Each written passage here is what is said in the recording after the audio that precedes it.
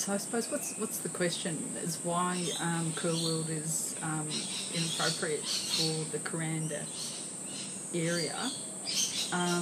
Well, essentially for me, it's the ecology of it. This is a truly rare environment, and the imperative, given the rate of loss of green spaces, wild spaces, and Kuranda has been identified as World Heritage, or the area around Kuranda, and it's a rare space for cassowaries to flourish. There is plenty of places that people can live. There are few places that cassowaries can be. And if KUR-World goes ahead, it'll be impeding the ability of cassowaries to travel across their country and maintain the rainforest.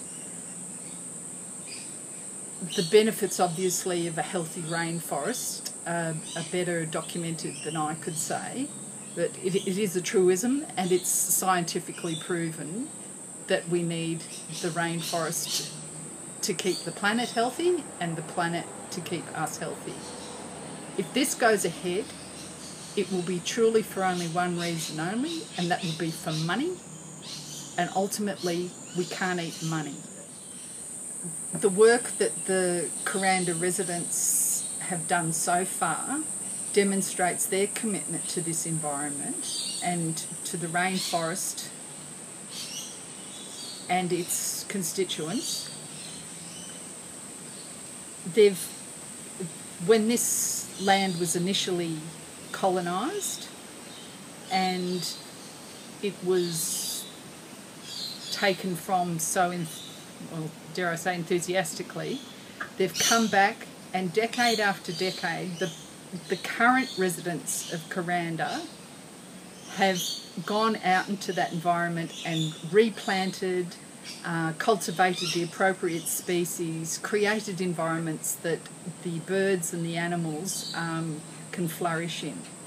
What is being proposed at KUR-World is simply another suburban urban environment where people, and that sort of environment, sure, it might be a little greener than you might get down in Cairns, but unless you come with the attitude that you're there to contribute to maintaining this environment, then you don't need to come and live in Kuranda or KUR-World, because it doesn't adhere to the ethos of the people that come to live here. It's not, if you want suburban life, go live in a suburb. And that's what KUR-World is. It's a suburb. And the impacts of suburban living will certainly be in detriment to that environment. It's absolutely imperative that this does not go ahead. It will be absolutely devastating to the rainforest, and ultimately there is not the capacity of the infrastructure to accommodate it. Well, it's very sad that the biggest development ever proposed for Kuranda is so inappropriate. It would be so wrong if this goes ahead. It would destroy the character of Kuranda, it would destroy the environment, and particularly our link which we provide in this Myola Valley area between the north and south parts of the wet tropics.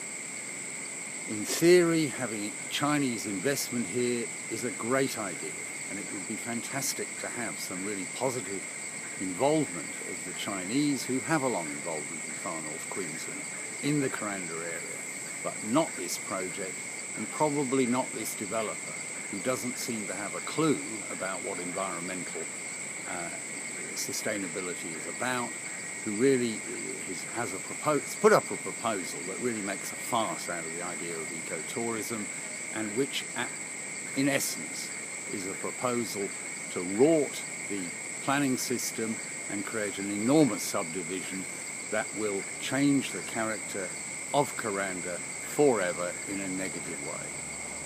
Hi, I would like to say that I'm not totally opposed to development, but I think that this KUR-World development is inappropriate for where it is. I think that the Kuranda Range is already struggling for the amount of cars that use it, and my concern is that with the amount of people that will be coming to such a big development, that it'll put too much strain on the already strained range. Also, I feel that if they just stopped now at what they're doing with the cows and bringing Japanese tourists or Chinese tourists, excuse me, or any tourists over for it, that's fine, but that the multitude of what the scale of what they're talking about doing, I just think is too grand for the location, and it's just inappropriate for development for this town. Most of us came to live here for the peace and quiet, and I've been a resident of Kuranda for almost 40 years. I'm a business owner with several properties in the town, and I just feel that I don't want to hear helicopters flying overhead constantly, and I just think that, that it's just not the right place for this sort of development. Thank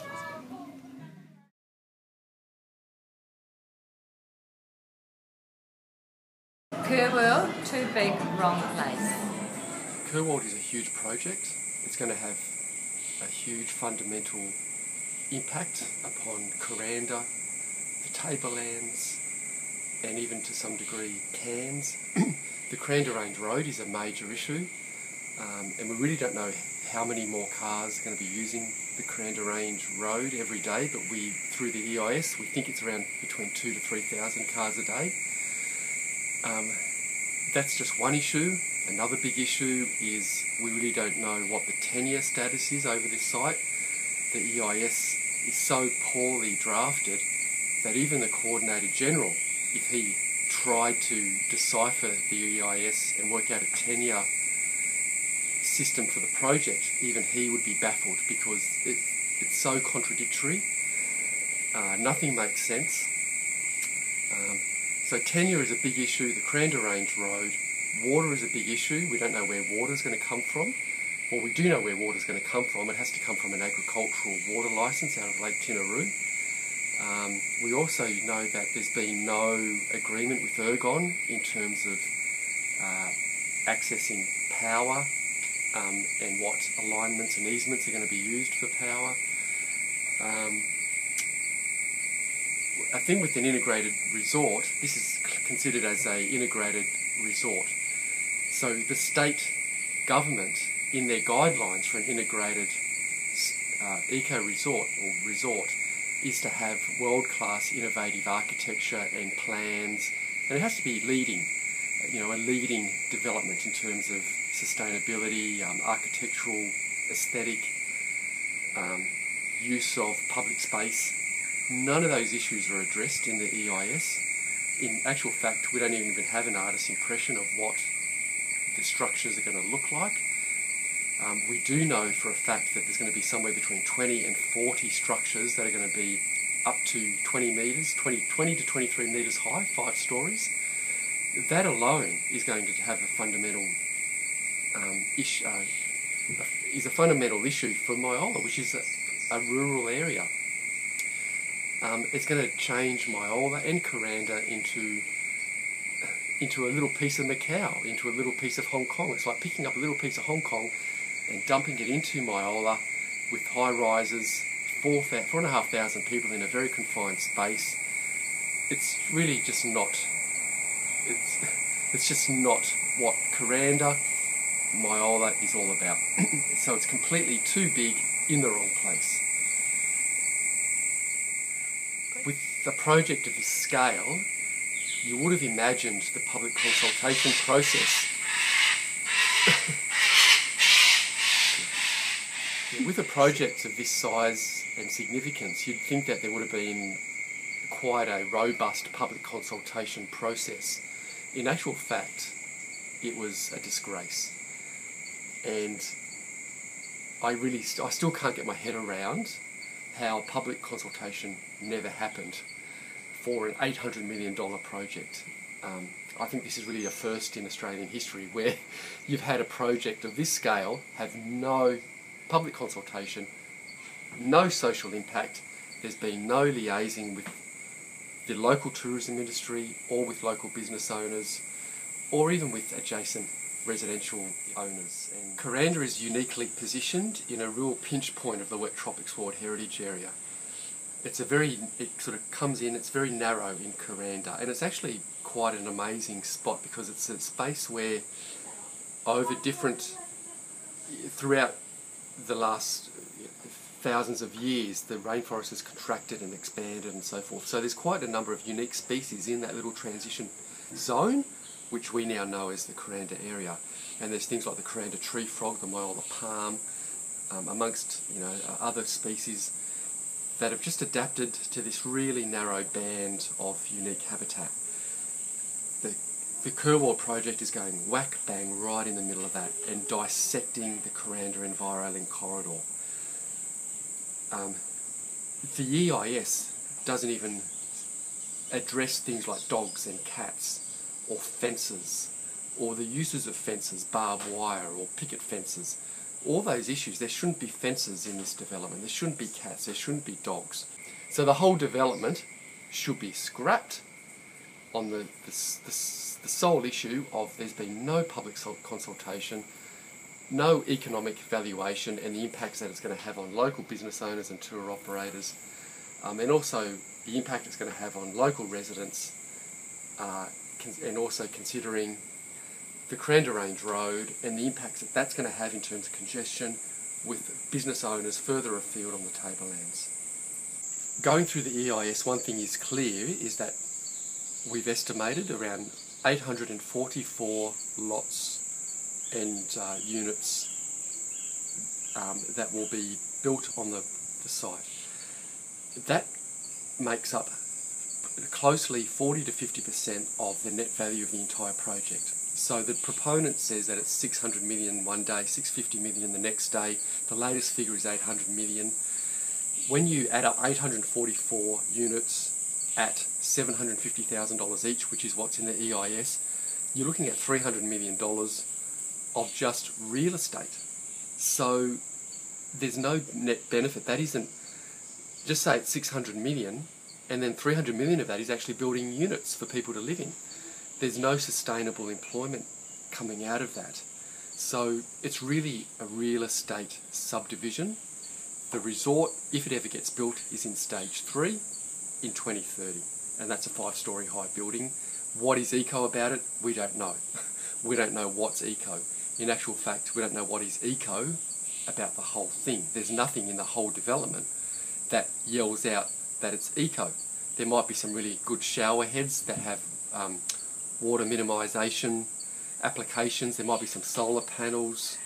There might be some reuse of grey water. But apart from that, we don't know what is eco about the KUR-World Eco Resort. Yeah, I'm totally against KUR-World. It's going to take the Chinese tourists out of this town, which are good for business, obviously. I had a property at Speedway, I've sold it also because I believe it's going to impact the traffic situation on the Range Road. And that's pretty much it.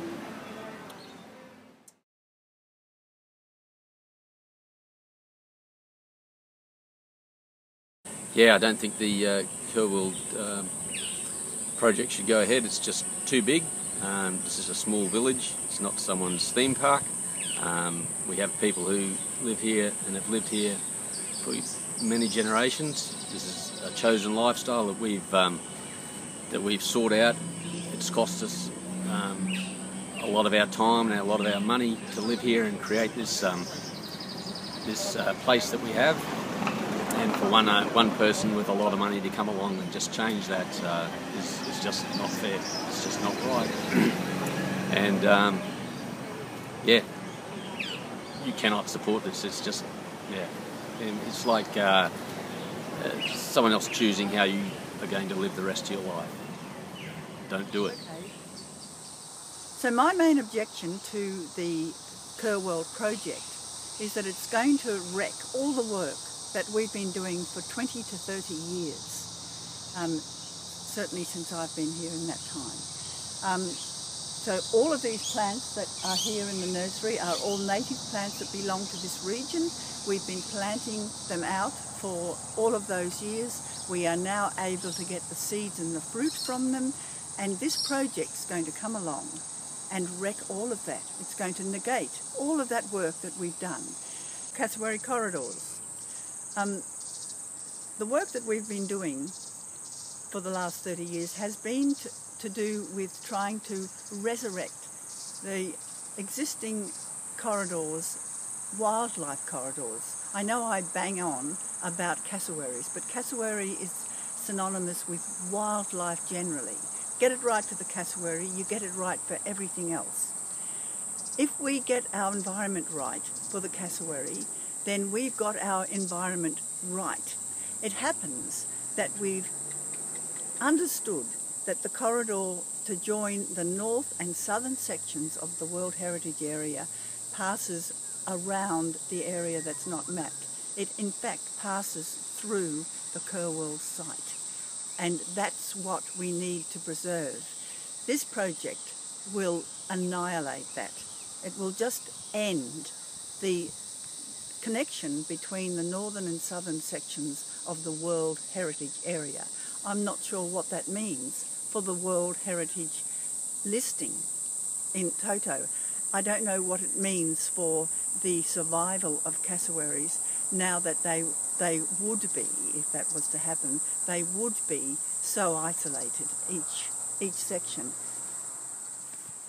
The town planning that has been taking place over decades has now arrived at the realisation that the Myola Valley is not a place to be suburbanised, urbanised. It is a place to be returned to the way it was. It's critical in the scheme of things that it's returned to the way it was. So all the town planning that has been done for all these years has now finally got to this point. Then this project comes in out of the blue and suddenly says, oh, we want to put a town in the middle of all of this. The answer is simply no. This project needs to be nipped in the bud. This project needs to be knocked on the head the moment. If any part of this project goes ahead, we've lost. We need to make sure that for 100 reasons this project does not proceed. We need to have Kuranda the way that it is, the way that we are putting it together, because that's the way it should be. In terms of sense of place, what we've built Kuranda up to be, with its tourism that's working quite well, with its village and its markets and its environs, the way that we have our rural residential type development, and with all the growing of all the plants that we've had for all of this time, then this is our sense of place. So what we don't want, what we don't need, is a huge project that comes along that converts all of that to anywhere else in the world. KUR-World will be like anywhere else. No, we are a unique place. We're not anywhere, and we need to preserve that with everything that we've got. I can't think of anything positive that will come about for Kuranda itself. From what I know is anything positive will be for them. I can't see any advantage for Kuranda. That jobs, yeah, we've seen the same thing before. Jobs never come to locals. My biggest concern is the environment.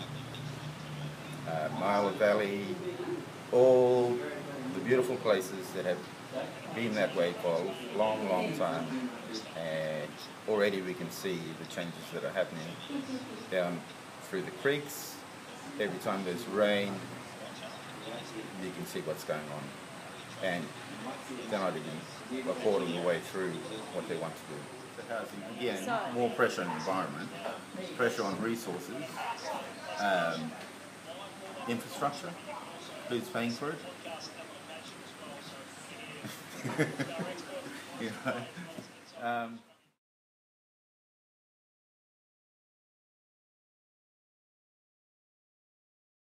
So, the first thing I'd like to say is this whole KUR-World idea and this whole KUR-World entity has been a giant impost on the community, been something that's essentially been thrown by the state government onto the community after the community spent years dealing with this same area of land, this mile precinct, and decided that it should be rural land.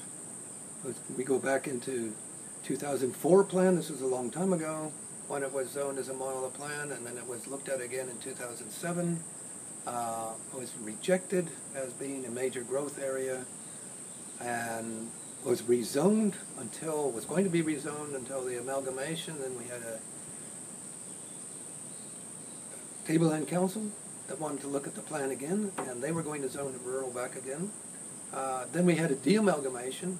Marie Shire comes up again, and after another few years they finally rezoned it back to rural in 2016. So basically the area was dealt with, and there was a lot of community input, a lot of expense, local government. The state approved it, just like the state approved the 2031 plan, the regional plan that councils are supposed to be operating under. And they sort of justified it, well, the proponent wants to do something there, so let him explain to the community what he wants to do. And here's a process we'll give him. He's got to have community consultation, he's got to look into this, he's got to talk to the council, and he has to come up with some environmental impact statement, which is actually as well a town planning change. This variation to the town plan, which now wants to, the base of it, to insert what is in effect a company township into a rural area that's already been dealt with years and years before.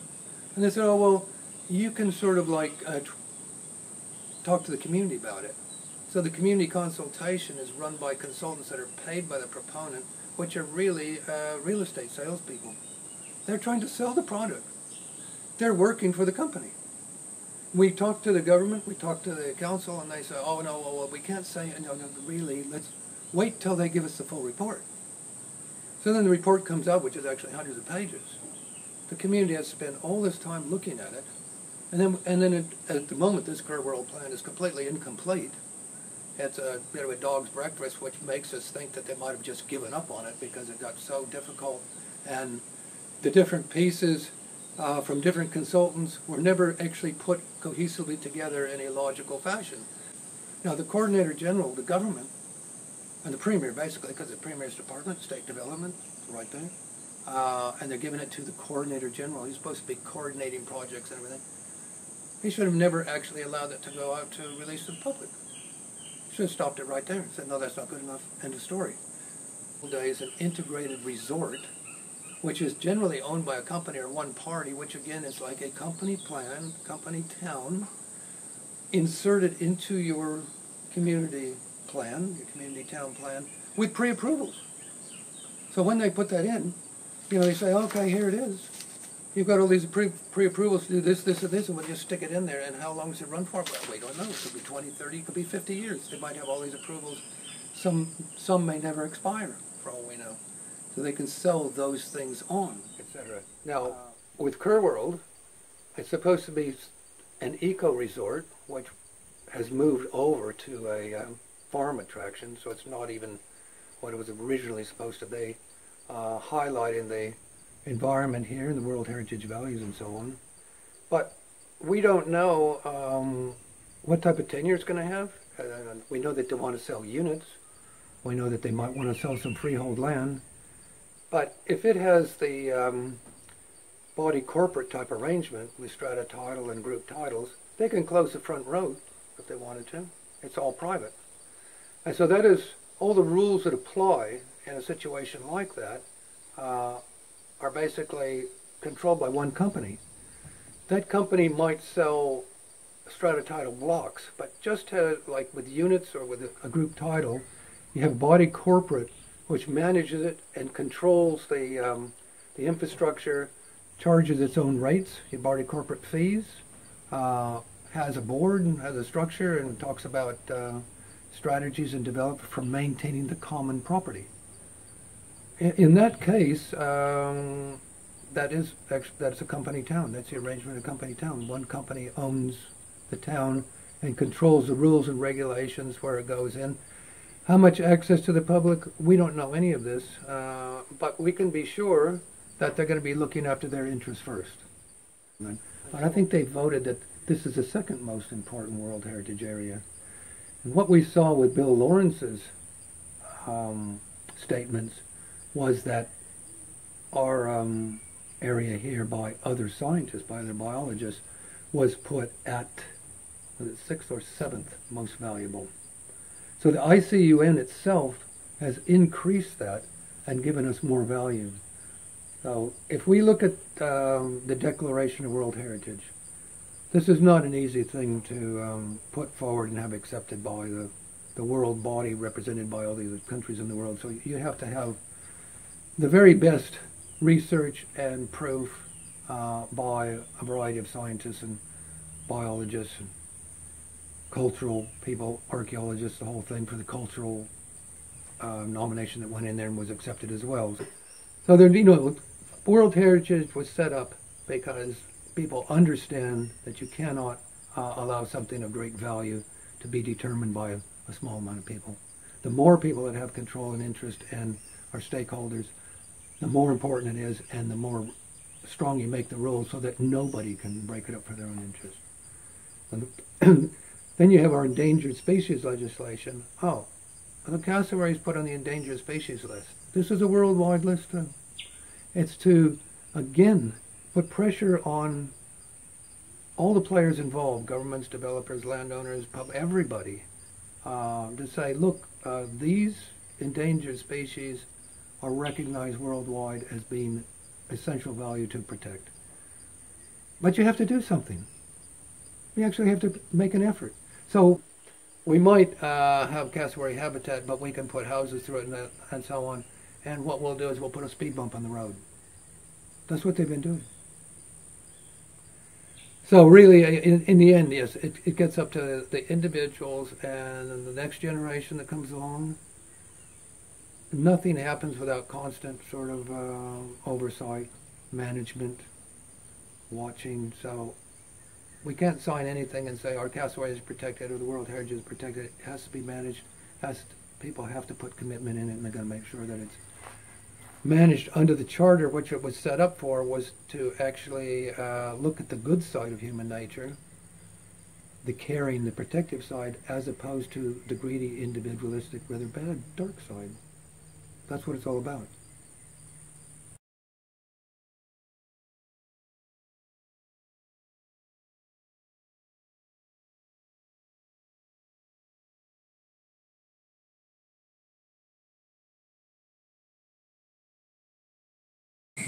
Well, what do I think KUR-World will mean? Well, I guess I'm a little bit sceptical on KUR-World, I guess, from the secrecy that's come with this project. It's quite large from what has trickled down on information. Some up to 5 stories I was hearing. I was thinking, what is this happening here inside the little community of Kuranda? And I really think that in today's fast-changing world, it does pay to sometimes take a step back and go, actually, really, what is this happening? What's happening? We could say it's like something that's happened before, but I can't really draw many parallels. And I can see a lot of the good arguments, of course, with growth of the region and creating jobs. But I just would like to see, I guess, the modelling on that jobs and not the type of situation that you can find down in Cairns where you have an overseas company that'll have a sort of tour package where you go on their tours and go to their shops and to their hotels in some neat little arrangement. And maybe I'm fearing that if this was like an extraction of that into a community level, how this could create some unnecessary problems with our community. We really are. I think the good thing about the KUR-World with the signs around and the questioning is it's just we are lucky enough to be in a community that does value that so much that they will actually stand up sometimes and take initiative, where in other places it's only in hindsight that people look back and think that, you know, what if?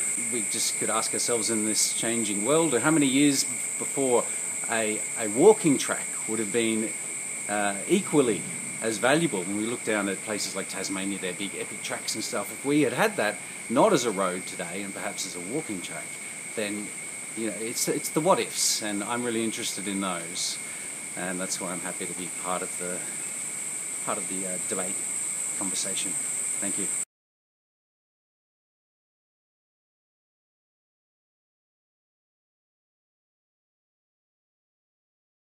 Okay, I think the first thing for everybody to realise is that the Kuranda Range has been subject to, you know, many investigations and reports in the past. A subdivision was knocked back in 2007, and the main factor behind knocking that back was that the Kuranda Range Road did not have the ability to handle the volume of traffic that was on it. There was a report made in 2003 by Paul Jones that extensively examined an upgrade for the Kuranda Range and suggested that that should go ahead. However, successive governments since that time have completely failed to do anything about it. And as such, we're now reaching the stage where the range has got a capacity supposedly of about 10,000 vehicles on it, yet its current volume is around 9,150, but if you take the heavy vehicle factor into consideration, then those volumes come up to about 14,000, which means it's way far and beyond its normal allowable quota that should be on it. I think a factor that really hammers this home is that the actual manager of KUR-World himself, Mr. Mark Lawson, commented in a Mariba Express on the 6th of December and said how very, very dangerous the Kuranda Range Road is. He also went on to further comment that the Range Road needs to be upgraded straight away because it is not sufficient to handle the needs of the normal community and any tourism involved. This project should not go ahead until such time as there has been a substantial upgrade to the Kuranda Range Road. Putting in a project of this size before that is only going to drag the road down onto its knees and the whole community suffer because of it. This is going to affect not just the local people here in Kuranda, it is going to affect everywhere west of Smithfield, including right up to Weipa, across to Normanton, everywhere. Having studied the EIS study that came out, I am absolutely convinced that the figures that have been put into that study are not a true representation of what will be happening on the Range Road. I do believe that these figures have been fudged to a degree and mistakes made in the quantities travelling on the range, not just in terms of vehicles but in terms of the materials that will be used on the project, and I really do firmly believe that we will see at least double, if not triple, the quantity of vehicles travelling on that range that is supposed to be travelling on there according to this study. And as a local in Kuranda, a young teenager, I think that KUR-World isn't the greatest idea. Like, we want our cassowaries here, we want our native animals here, and they're pretty much just pushing them out, and that's what we don't want. Our tourists are all about the cassowaries and the wildlife and the animals, and that's what brings all the people to Kuranda. So I think we should just not do it and just move forward from it and pretty much to stop it, because we want our cassowaries and we want our wildlife and all that. So no KUR-World, stop KUR-World. The land is rural and it should stay like that. We should not touch it, we should just leave it as it is. I like living in this village. I have lived here for 28 years. It's very quiet where I live, and I'm at the back of KUR-World. I can't understand how helicopters will just destroy my peace. As I said before, I like living in Kuranda. It's a great place with a great community. Are these people going to integrate with this community? No. Are they going to contribute to this community? No. They're just going to give us congestion, say they're going to give work to the young people. I doubt it. As for the housing, I think that's pathetic. I live there on a few acres because I like the peace and quiet. I didn't come to live next to a big suburb and the noise and traffic. I'm an older person and I want the peace and quiet. I'm not for KUR-World. I think the idea of them building the high stories are ridiculous. This is the wrong place for it. It should be somewhere else, close to Cairns, not in a peaceful, lovely surrounding place. You're going to ruin it for everyone, but you don't care, do you? I'm totally against this all. Go and destroy my world. I haven't got many years to go, but destroy it for your own satisfaction and for greed and money. I am so shocked that the council will allow this.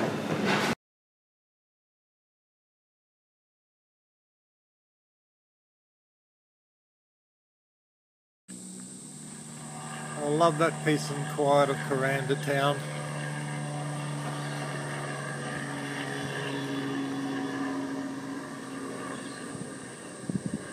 I hope those days aren't over. Yeah, I've been aware of it for the past couple of years, and I also know that Kuranda is a very artistic and also very environmentally aware community. I've lived here for probably almost 25 years, and I'm a local from Cairns. I think we don't realise necessarily here what we actually have sometimes in the wet tropics. So, you know, I'm also very aware that the Kuranda community has spent the last 20 odd years revegetating the Envirolink Corridor in Kuranda. So that's a lot of investment by the community. There's been hundreds of people who've come through. There have been children who've grown up doing those activities, and Kuranda on the whole is a very, very environmentally aware community. So even though this project says it's an eco-resort, the idea of an eco-resort sounds attractive. When you look at the details, it's not an eco-resort, and there's very little that looks ecologically friendly about it. I think what I've read in the EIS, the Environmental Impact Statement, would indicate that they have actually listed a whole heap of potential ill effects ecologically of the project, but they don't have any way to mitigate those. And you can't really mitigate because you're in a very environmentally sensitive area. The Envirolink Corridor joins the north and south wet tropics. There is a classification that's an internationally recognised classification of different areas they're basically sites contributing significantly to the global persistence of biodiversity. It's an international classification. It's called a key biodiversity area. It is in Australia monitored and run by BirdLife Australia, and so if somewhere's allocated, that classification is actually internationally significant. So Kuranda is on the map as a KBA called Barron River and Tributaries, Kuranda, which is adjacent to another KBA called Wurundjeri. I can't quite pronounce it. So the wet tropics has quite a few KBAs, and there are very strict criteria under which those are classified internationally.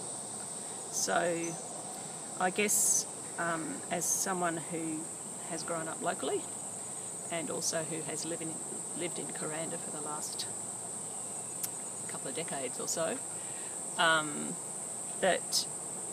what we've tried to do on our property here, we have 2 acres, and what we've actually done is take it from what was basically about 12 trees and a lot of lawn to we've almost reforested the whole lot. And so even though the forest is quite young, it does provide extra habitat, and I think there are a lot of people in Kuranda who have done that in the areas that have previously been I guess just used as farmland or whatever. I suppose with the KUR-World development, it really seems to me a little bit like the story of the emperor who has no clothes, in that we're told a lot of stuff about it's got a badge which says that it's an eco-resort, okay, which when you look at the details is patently untrue. There's nothing ecological about any of the plans. There's nothing in there even to indicate how the eco-resort is actually determined to be an eco-resort. So the other one is the local jobs, and again when you look at the detail there's very unlikely to be much in the way of local jobs, and I believe it's up to 600 students. Okay, so since students are allowed to work 20 hours a week, it's highly likely that a lot of the hospitality and types of jobs that may be available would actually be filled by students. So I guess the other thing about the emperor not having any clothes is that the site, it's now called KUR-World. Okay, I think it's fairly well acknowledged in Kuranda that Kuranda is not good grazing country. So even though it was a cattle property of sorts in the past,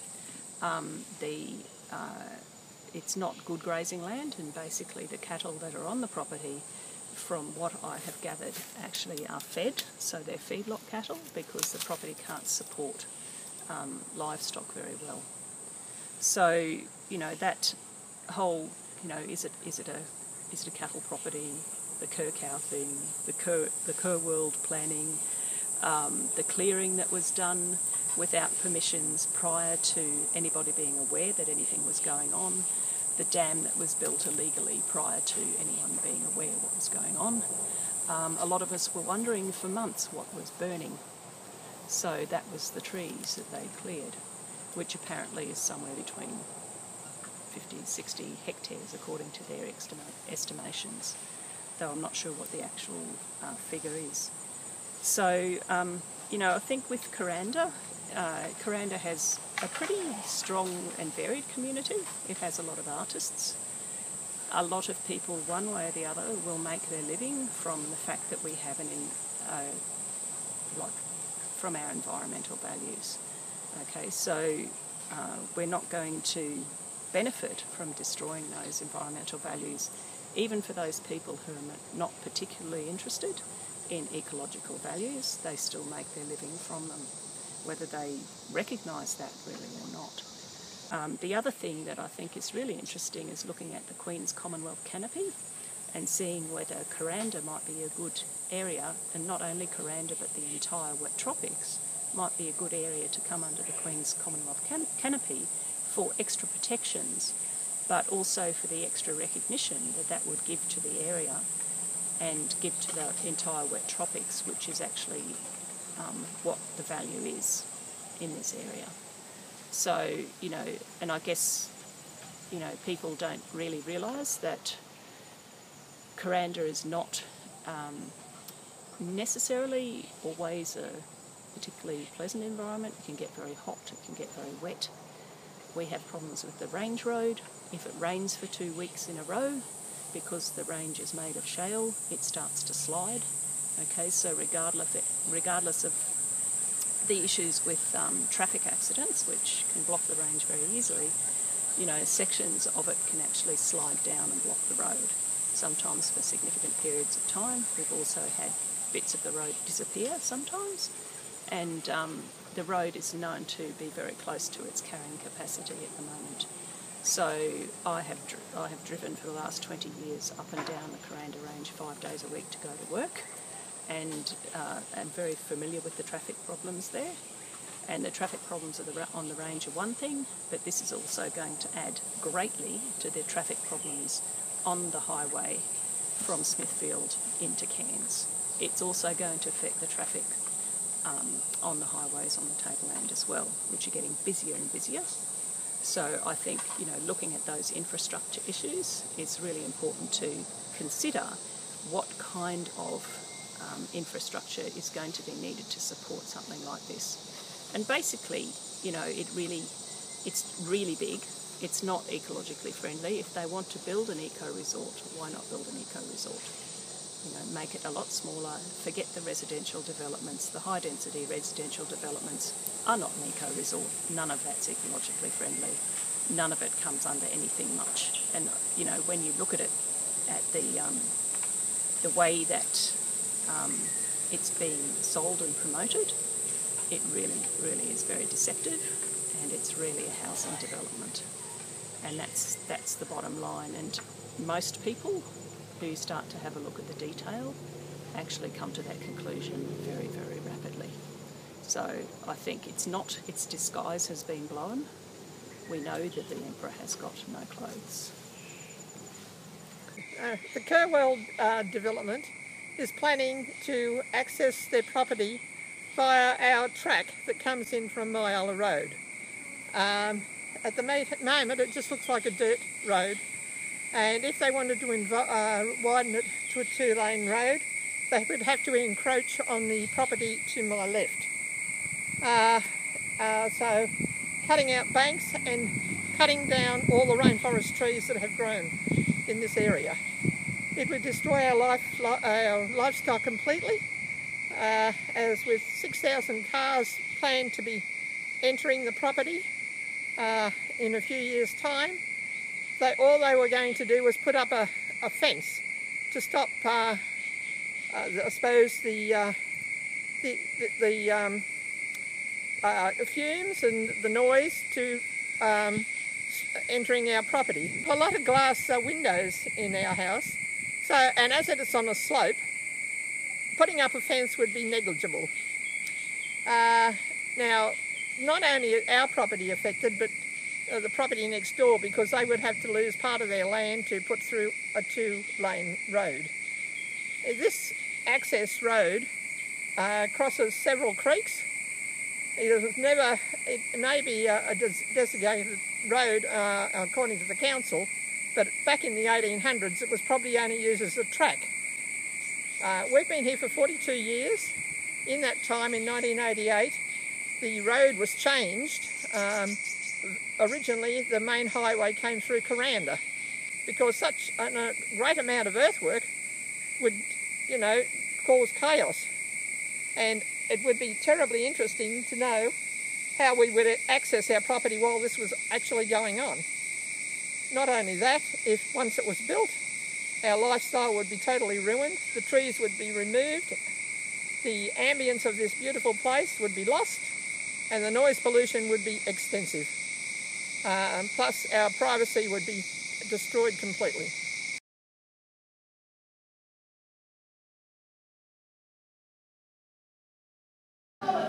Look, not against development anywhere in Australia. We need lots of development, but just the right development for the right place. And KUR-World is the wrong development in the very wrong place. Kuranda's a beautiful place, and we don't need big resorts that aren't going to work in our environment, basically. Look, jobs they're not going to come looking for local Kuranda people to do the work. To be honest, it's going to be imported jobs. You know that. And what else can we say? They're making it easier for overseas workers to come here and work, and a big multinational corporation is not going to be looking for local Kuranda people to do work like that. Yeah, I think the development for the KUR-World that's made too big. It doesn't fit in this region, and there is also, I think, an existing planning scheme. And why can't people come in and do planning like that, and we as Australians can't do this? And on the other hand, I think we can put a big cruise ship on the Lake Tinaroo. It would be the same stupid things like if this KUR-World goes ahead. And I think to create workforce up here. It's perhaps temporary if they build up the whole system, but I don't think on long term who goes and speaks Mandarin, because it's for the Chinese, it's not for us. And yeah, I think it's really a stupid project for this region. I mean, also in the whole planning system, there's a village center of around 3 hectare big. That's bigger than the Smithfield Center. Why up here in the region? And what's about Kuranda? They bypass us, they go up there, they stay up there, and they don't do anything for the local people here in Kuranda.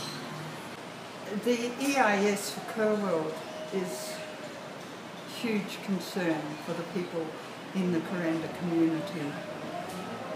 The greatest area of concern that I have is the 20 trips, 10 return trips of helicopters. I'm a cancer patient, a cancer survivor, and this is the most healing community, the most healing environment. And to have 20 helicopters per day, one every 18 minutes, go over my house is probably my greatest concern. I'm also concerned about state and federal governments who make the decisions on this EIS and this project in the end. I think there is no consideration whatsoever being given to people and to communities.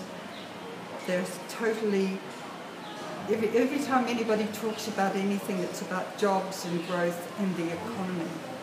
There can be no economy, there can be no growth or jobs without people. And this community is what this is all about.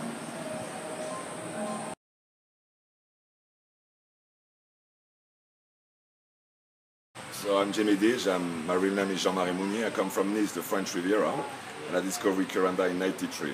And I fall in love with that place. And I come from Nice, the French Riviera, where so many people dream to live out there, but I was sick of population, pollution and issue, and Kuranda was heaven on earth. So I've been here 25 years. I know we heard about this project of KUR-World and multiplying the community by thousands of people more. The first things I'd like to know is, how can we accept that when we've been having issue with the range for years and so many casualties every year on the range? It's not getting better, it's getting worse, and we still 3,000 people maximum in Kuranda. The government couldn't put enough money to upgrade the range for safety, and today we're going to multiply by 1,000 the people living around Kuranda. You tell me how that can work for a start. Secondly, the people who live in Kuranda, a lot of people like me coming from big cities, from populated country, are loving Kuranda for what it's got to offer. Privacy, lifestyle, no pollution, not that much crime and violence. This is what Kuranda is all about, and that's what seduced me in '93. I still think the same today. And when I heard about Chinese investor and greed from the Mariba Council, I'm sorry, but they don't live here, and they're only trying to damage the place, including a very national park corridor for the Kazuari. They're about to damage all that just because they're going to make some money in their pocket, and then after they fuck off from the picture and they let the shit behind. So the people who live here doesn't want any more shit, and what we got is so precious. I think we should all unite together and oppose about this developer, because it's not the interest of Mother Earth, of the ecosystem, and of the lifestyle of a beautiful touristic place where I've been living with the Aboriginal community for 25 years from Aboriginal authentic Halifax. Tourism is very important here, but tourism are welcome because they come and go, they don't stay. We don't want to multiply that and become a urbanization, a suburb of Cairns, or a suburb of anything else. We don't think like Cairns, we don't think like Mariba. That's why we live in Kuranda. And the people of Kuranda, big majority, will be thinking just like me, Jimmy Dij. And it's a big no to KUR-World. Sorry, I will never ever change my mind. Otherwise, I'd have to move out. And I will not be the only one. You will damage the things more than what you expect. I can guarantee that. Too big. Wrong place. So my views on KUR-World are they're going to be bad for the environment, bad for the economy, simply because the money won't stay in Australia or not even in Queensland, it'll go directly back to China. It won't create employment because it'll be Chinese coming over and working visas, and basically it's all for the Chinese. I just don't think KUR-World's going to do Kuranda any good, and that's the bottom line. A massive increase of traffic on the Kuranda range as it stands will destroy it.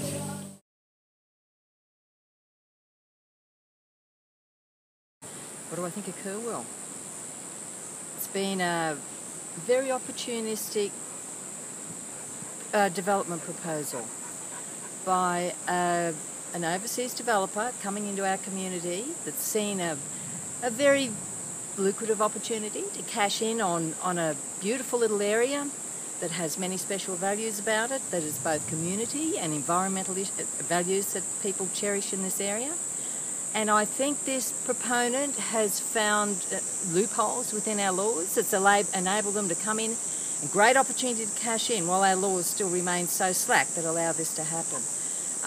Especially when we see every level of government, from our local, state to federal governments, doing nothing about it, sitting back and allowing this to happen. Every time a community tries to step forward, particularly this community, to express what it feels about it, the anger and that is out there against this proposed and the development and the impacts it'll have on both our community and our environment, council, our state member and our federal members disappear into the woodwork, or should we say underneath the rock, because obviously their idea is to just back the dollars, mate, because again this proponent is just in this area to make big bickies, line his pockets and, excuse my French, but piss off. So what are we going to do about it? If you think this community is going to continue to cow, proponent, you have a big lesson to learn in this one. It is not going to happen. We're going to continue to fight this at every government level. God help our councillors, our state member and our federal member, because they're not going to get away with continuing to run away from this community and not allowing this community to direct the direction it wants to proceed, and instead follow their direction and continue to go just in the realms of the big money. So far, this development, it has come in, it has pillaged, it has ravaged, it has despoiled its environment, and it has caused huge angst in the community, and no doubt there's some in the community who agree with it. It's generally the ones who have been bought out that agree with it, as against the other community members who stand by. And then again, I suppose community members have also got to realise the impacts, the financial impacts that it's also going to have on them. What happens once this proponent introduces his new roadworks, or the sewage systems, or the extended water systems they're required to do? Who do you think is going to be left to pick up the tally on that? Not them, once they've paid for the initial development. You are. It's the local residents and community, again, that will pick up the tax on this. We're also going to see increases in rates due to increasing land values. And let me tell you, you're also going to see far less buyers out there who are going to be remotely interested in your properties once they come up on the market. Because who would ever want to come into a beautiful environment, a wonderful community like this, and live next to KUR-World? Nobody wants your KUR-World. Go away where you belong. This is not your place. Hi, I come in Kuranda 30 years ago now, and I love it. Small village, very nice atmosphere. The tourists come, they are most welcome. Of course, we survive from them, and we accept development, we accept fame, but not anything. And sometimes the development can be just too big or completely out of place. And I think KUR-World is one of those. We don't have access available for them. We don't have even the structure, the water, the thing. It's just not, it's out of place. It's like putting a McDonald's in the middle of a Kuranda. I will fight for it like crazy. That's it. I think that KUR-World would ruin Kuranda's authenticity, and it would dilute the people that really care about the land and the success of Kuranda and why Kuranda is what it is. Not just a business, but like a place we call home.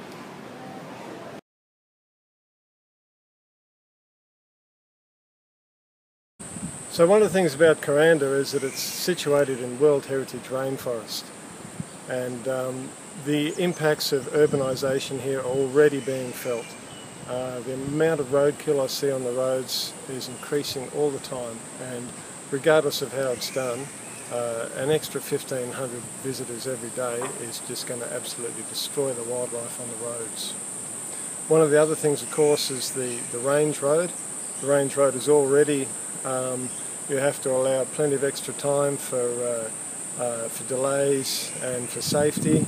And with the extra traffic on the range road, it's just going to be absolutely unworkable here. And you have to question what is sort of eco resort are we talking about? What is an eco resort? Have we got any sort of idea about exactly what's being proposed? If you're talking about a 5-star resort, what's eco-friendly about that? We've already got helicopters flying over here all weekend, early in the mornings. It's only going to get worse. This is going to be an urban area. You know, we came here for the World Heritage Rainforest. And, you know, like the claim that they're environmentally friendly and concerned about the environment, you really have to question when the first thing they did was massive tree clearing. The first I ever heard, way before I'd heard of Mr. Kenley or KUR-World, was bulldozers day after day after day knocking down trees. And if this is an example of somebody's idea of eco-friendly or looking after the environment, it clearly shows a lack of understanding. Not just in this area, but in any area at all.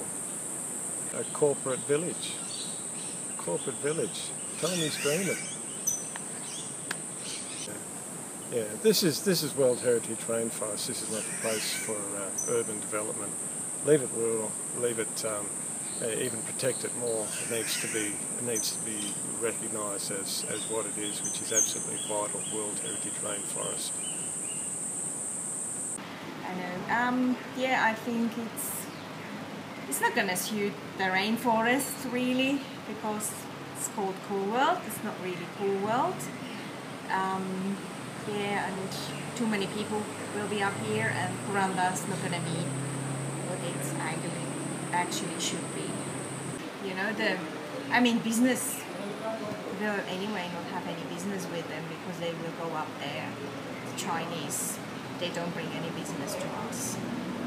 And also there will be no employment, I think, because they take all their people from China. Only concerned about the big size. I'm not against development, it's just it's too big for me. They want to do something small, environmental, for people to show the rainforest and to teach them about nature. Fine. That's not going to work.